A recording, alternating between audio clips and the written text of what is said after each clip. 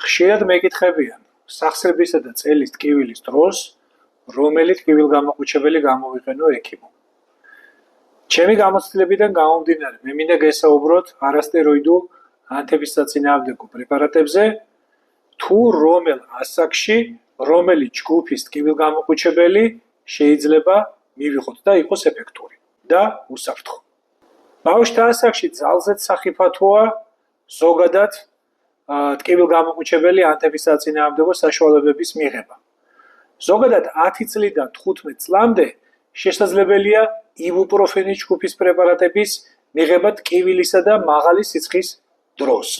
15 წლის შემდეგ რეკომენდირებულია ნაპროქსენის ჯგუფის არასტეროიდული ანთების საწინააღმდეგო ტკივილგამოყუჩებლების მიღება.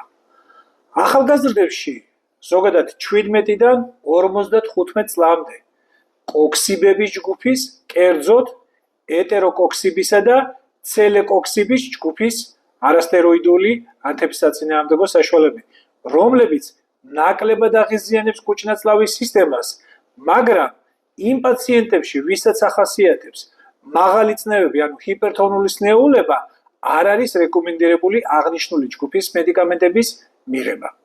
პაციენტებში 60 წლის ზევით, ვისაც აწუხებს კუნთისახვთა სისტემის დაავადება, შაქრიანი დიაბეტი, რეკომენდირებულია ნაპროფის ჯგუფის პრეპარატი, რამე თუ მათ აქვს ნაკლებად გამოხატული გვერდითი მოქმედება.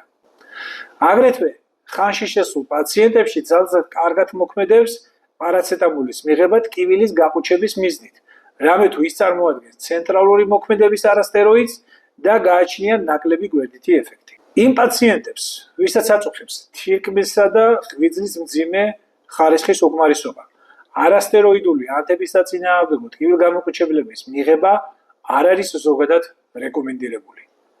და ბოლოს, შეგნებით არ ვასახელებ მედიკამენტების მიღების ხანგრძლივობასა და მის მიღების წესს, რამე თუ ეს არის ექიმის პრეროგატივა პაციენტის მდგომარეობიდან გამომდინარე.